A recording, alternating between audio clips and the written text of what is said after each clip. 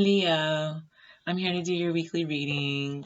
I just want to go ahead and use the unicorn cards. I will probably go ahead and use the Eye of Ra deck, as well as potentially, we'll figure out the other deck in a second. I don't really want to keep using the same decks over and over again for today. But okay, so the help card, number 12, came out in reverse. It says the help you need is on its way.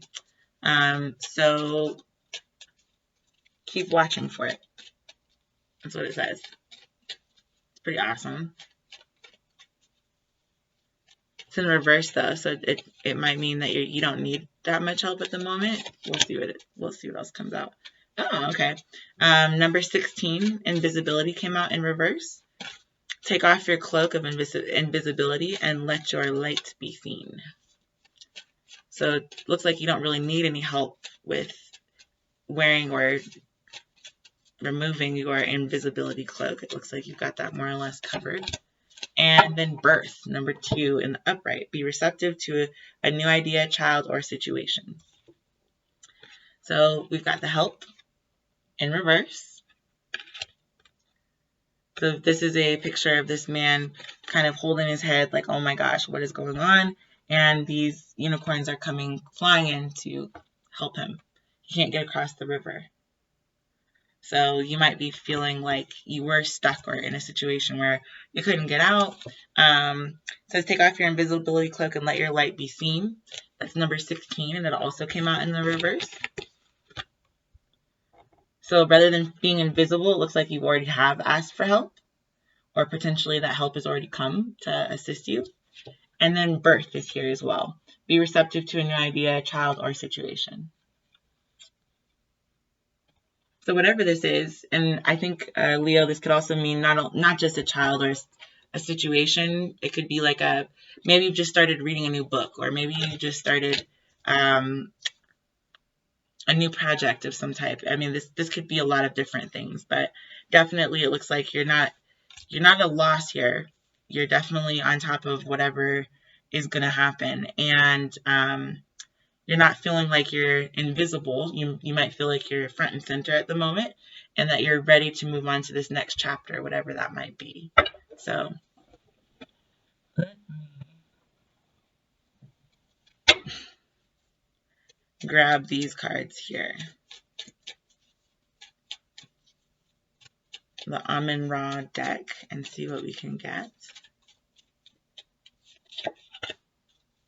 Okay, so the mask card came out upside down. So you do not need help with a mask. Everything is clear to you. It looks like I can see clearly now. The rain is gone, just started going through my head. You may be able to very clearly see what is happening in your life at the moment.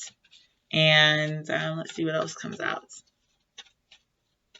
Sometimes you feel the need to shrink back from yourself, and that would be, feeling as though you're invisible, or maybe, superheroes are oftentimes invisible to the general public because they wear a mask all the time. So I'm glad that it looks like your mask has fallen away. Okay, invisibility and the dryad. So so this would be an earth sign. You're not invisible to an earth sign. Someone sees you. Or maybe you're not feeling invisible anymore because you do feel grounded at this time, or specifically at this moment. And then it says birth, and then we've got Saturn in reverse. So that's a great thing. Saturn in reverse means that rather than you feeling like your ego has taken over, like you're being grounded by the sense of, maybe your accomplishments and the things that you've worked really hard to try to do are being overlooked here. All of a sudden, they're now feeling grounded. These came out like this, and then the help came out in the reverse. In the reverse with the mask. So rather than feeling like you need to ask for help and that you've got to continuously please somebody, or wear a mask, or always be somebody that you're not naturally, Leo, you're finally feeling as though you can just kind of be real about the situation and say, hey, I'm not invisible. I do not feel invisible, and I do feel grounded in who I am, what I'm doing, and why I'm doing it. So I don't know, you could be dealing, Leo, with Leos are obviously fire signs, but you could be dealing with a Capricorn, Virgo, or Taurus here. And there's finally this, there's going to be a birth of something new without any kind of an ego, without any kind of all I'm seeing here in this card is a big old moon over the older unicorn's head. So a secret. And then the smaller one doesn't have anything over his head. But one of the most valuable lessons that you can teach your children is not to have an ego that is going to outweigh or, completely throw them off their center of balance right here. And I think for a lot of earth signs, staying earthed or staying grounded or staying 2 feet on the ground, not having this flighty mentality is a very easy thing to do. Whereas with other people, places, and things, oftentimes we can get caught up in the outside world, wanting to look like we've got enough money, wanting to look like we've got enough things, that we know a ton of people, that we are, succeeding in such a huge way that we're infallible, that we're not able to be ungrounded whatsoever. So what this looks like to me is that finally there's come this moment where somebody no longer needs to ask for help in keeping their mask off. So just being really, really true. So as opposed to saying, help, I need a mask, I feel like I'm going to get infected from this person and this person and this person, with all kinds of egotistical mechanisms or means, somebody is finally able to say, look, I don't care. This is who I am. If you don't like who I am, then you can get lost. And although that sounds a little bit mean at times, Leo, it's not mean. It's literally you having the confidence and the ability to own who you are, rather than trying to own what everybody else thinks about you or what everyone else wants to think about you. We can make a lot of assumptions about other people. We can say, well, I think she is too bossy, and she's too tall, and she's too hungry all the time, and you can have a lot of judgments about somebody. But until you know that person, and until that person is okay with who they are, then it doesn't really matter. You're still wearing a mask. But as soon as you're able to say, yeah, I am hungry, I am tall, I am able to do whatever these things are that you're criticizing me for, that's who I am. So what? Why does it matter to you? That's exactly what dropping the mask and it's like being unapologetic about exactly who you are without anything covering you. Some people tell me, oh, you should wear makeup and all this other kind of stuff. I don't have anything against people who wear makeup. Sometimes I enjoy putting on a little bit of makeup here and there, but I'm not one of those people that wants to put on makeup every single day. To me, it makes me feel like a clown. Which is fine. It's okay for me to feel like a clown when I wear makeup, and it's okay for other people to want to wear it every single day, as much of it as they can. That's fine. Both of those ways of being are okay. But until you're ready to claim, hey, no thanks, I don't want you to do my makeup for me before we go out because I'm more comfortable without it. Until you can say that, every single time that somebody asks you to change yourself, or to become ungrounded and unrooted, to make part of what you want an invisible thing. If I'm lactose intolerant and I can't drink milk, but I can drink milk, but it makes me feel really bad later on. So I might have like some kind of a reaction to it. Maybe if I'm willing to be invisible and wear a mask in front of other people because I'm too embarrassed to say, hey, I can't have ice cream at this birthday party. Maybe I continue to eat the ice cream. And then maybe later I feel sick to my stomach, so I'm like throwing up all over the place, As soon as I'm willing to say, hey, I'm okay, I don't need any ice cream, please, or whatever, and I don't really want to explain to you why I don't want the ice cream. I just don't. Then I can stand up tall and have a good time the rest of the evening. Then I can say, hey, you know, these are my boundaries and I'm going to honor them. I'm not going to let somebody else decide for me what my boundaries should be, or what I should eat, or what I shoulda, woulda, coulda will kill you eventually. Shoulda, woulda, couldas are ego. When I say to somebody that I don't like the way they're treating me, I don't like the way you're treating me.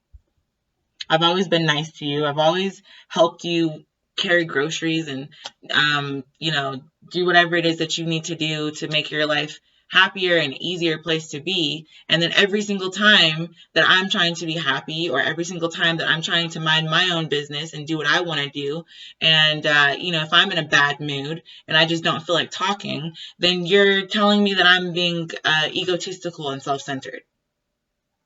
No, that's not true. That's not true. Everybody is allowed to have a bad day. What's not okay is for everybody to take it out on each other every time they have a bad day. And if you do decide to do that, expect for it to come back. That's what karma is. I don't have to have an ego and say, oh, I just blah, blah, blah, like, and talk stuff about everybody. I don't have to. Nope, I really don't have to. Especially not, you know, in public, etc., etc. I don't have to give birth to that kind of horrible mentality. When I'm in public, I want to help people. When I'm in public, I want to be friendly. When I'm in public, I want to be a good person. All of us do. That's why we care what the other people think. But at the end of the day, once you drop your ego and say, you know what, forget it. I'm just going to be who I am. And so are all my children. Then our children can see what it's like to live without ego dictating to them how they should behave. How it is just to be a good person in general, rather than being a good person for this person who wants me to wear makeup, and this person who wants me to carry their groceries, and this person who wants me to always say nice things and do sweet things for them. You don't have to do any of that stuff.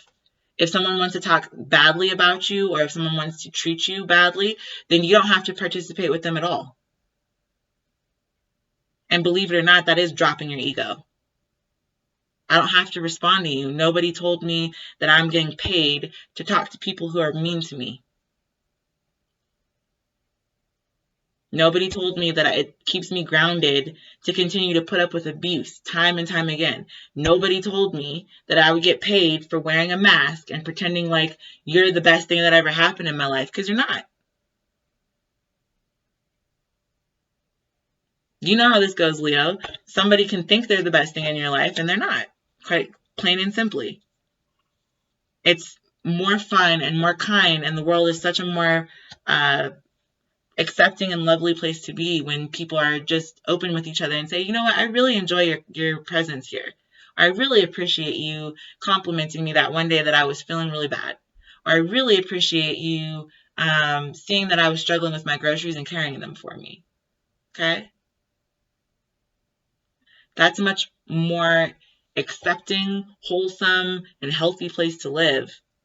But if things are not going that way, it's also all right to cut off your energy from those people, places, and things. It's not necessary for you to wear a mask for other people's ego. Just like it's not necessary for you to wear a mask for your own ego.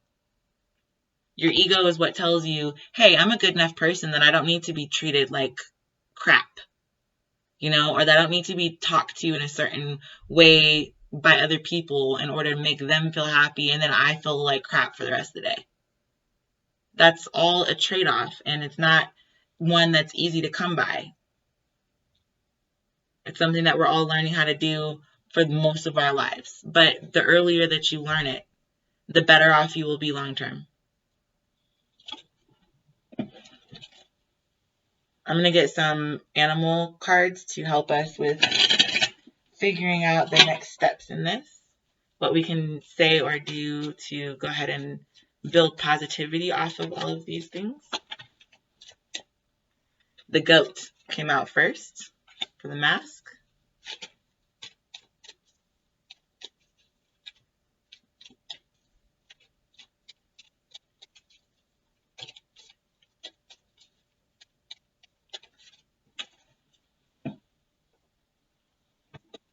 Okay, then we got the monkey for invisibility reversed. And then we'll see what else comes out, okay? Last one.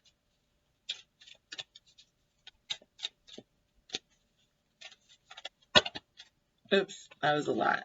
That's a lot of them. So I'm going to stick them back and keep going. Just one, please. Just one. Okay. And the caribou came out for the last one. So when we're talking about masks in reverse and the goat, when I think about the word goat, I kind of think about the word go at. Like when I go at somebody's jugular or go at it, you know, clash with somebody. Sometimes there is an element of superiority that comes along with that, because when you feel that it's okay to railroad someone else or go, like, you argue horribly and just go at it with somebody, you're automatically making the assumption that your opinion is better than the other person's. So one of the things that it says here, the Greek satyr was part goat and part man and represented mischief and caprice. The goat was also the symbol of Pan, the woodland god of the flocks, fertility, and nature. Pan was a lusty deity whose emblem was the phallus. When hunting was poor or the flocks declined, the Greeks would blame Pan and beat his image with squills, a type of bulbous herb, to release his reproductive energies. Pan was thus an early scapegoat. Oh, that's perfect. So that's basically what I'm trying to say, is that when I think about the word goat, or when I think about goats themselves, they climb up very, very steep mountainsides, and they're considered to be the scapegoat for a lot of different, you know, if all of the small flowers and pieces of shrubbery are gone at the lower levels, people will oftentimes use a scapegoat as a goat. The goat as the scapegoat, saying, oh, well, the goats ate all of it, or whatever the case may be. And you just heard in that fairy tale land that they will oftentimes go ahead and beat images or the goat itself, or whatever the case may be, which makes the climbing a lot safer for the goat to eat. As a defense mechanism, it's safer to be up high than it is down low when people are going to use you as a scapegoat. That's oftentimes the same thing that we see with people's ego, or with the way that they ask for help. Either they don't ask for help because they're wearing a mask, or they ask for help to wear a mask so that they can get higher and out of the way of those people, places, and things who have continued to hurt them on the lower levels. So that's pretty appropriate that that would come out first. The monkey came out with the invisibility in reverse and the tree. Obviously, this is the same exact kind of imagery here. When you're a monkey and you're on the ground and there is a huge lion or a huge tiger coming towards you and ready to eat you and all of your babies, the first thing you're going to do is climb a tree. Climb up the tree so that you're no longer invisible, so that you can have a better lookout for all of the lions and all the tigers and bears that are, oh my, about to eat you. But at the same time, there's also this idea of getting out of harm's way, being a better lookout, having a higher point of view, and also getting out of harm's way. What it says here is that the monkey is an ancient deity worshipped by Middle Eastern peoples. He leads a monkey of armies against a demon and rescues Sita, for which he is granted everlasting life. This painting of a monkey recalls the power of Hanuman and his dominion over the heavens. So in Hindu, there was a monkey named Hanuman who helped rescue Sita, the gold Vishnu's queen, who had been abducted by a demon. And that's more or less what I was trying to say. You can either be an army of monkeys altogether, because there's a lot of times many of them, but you can also get out of harm's way by being up high. I do remember being in India and not being able to wear anything on your body that was at all sparkly or, you know, metal basically on your body, because the monkeys would come and try to take it from you. And it wasn't because they were trying to be malicious. They were trying to survive, and they find these kind of things very interesting. They trade it with each other, you know. But it also was a matter of survival for us to stay out of their way, because one scratch from a monkey could mean that you got infected with certain diseases that were not easily treatable and would have to go into town and get, you know, all the appropriate immunizations, etc., to keep you safe. So it's a double-edged sword. I think all of God's creations do this, where sometimes they want to be on the ground working on things, or they want to be, you know, 10 toes down and ready to kind of make progress. But then at the same time, it's sometimes good to be able to retreat, whether that retreat be upward or inside a cave or wherever you feel safe. My point in this is that wherever you don't feel invisible, you're going to be a predator, but you're also going to be the prey, sometimes, both ways. Humans are some of the only larger species of mammal that don't have to put up with that, but even with things like monkeys, we do have to put up with that kind of stuff. The Temple of the Monkeys in India is a great example of that. Even though it was just a little scratch, it could really infect you and make you very, very sick. So, in any case, that's that. And then the caribou being with the birth, as well as the lack of, or the reversal of Saturn. When you think about being intuitive, when you think about having powers of knowing something or another, it's like a huge mantle. It's like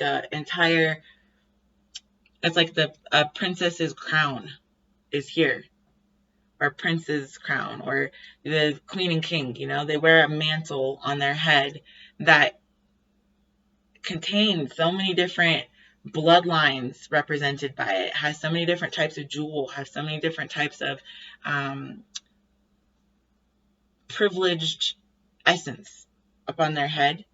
But in order to amplify that, or in order to make it something that is worth having, nobody would want to be a queen or a king if they were just miserable all the time.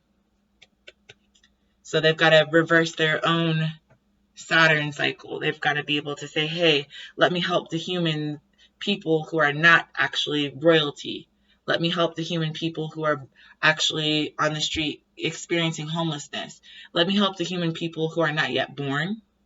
And let me help those human people who want to birth something.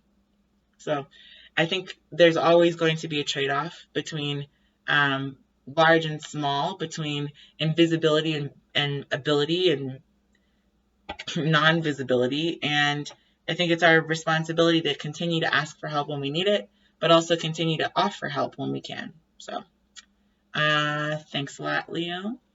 We'll do some more next week, and I will look forward to it. Have a good one. Bye.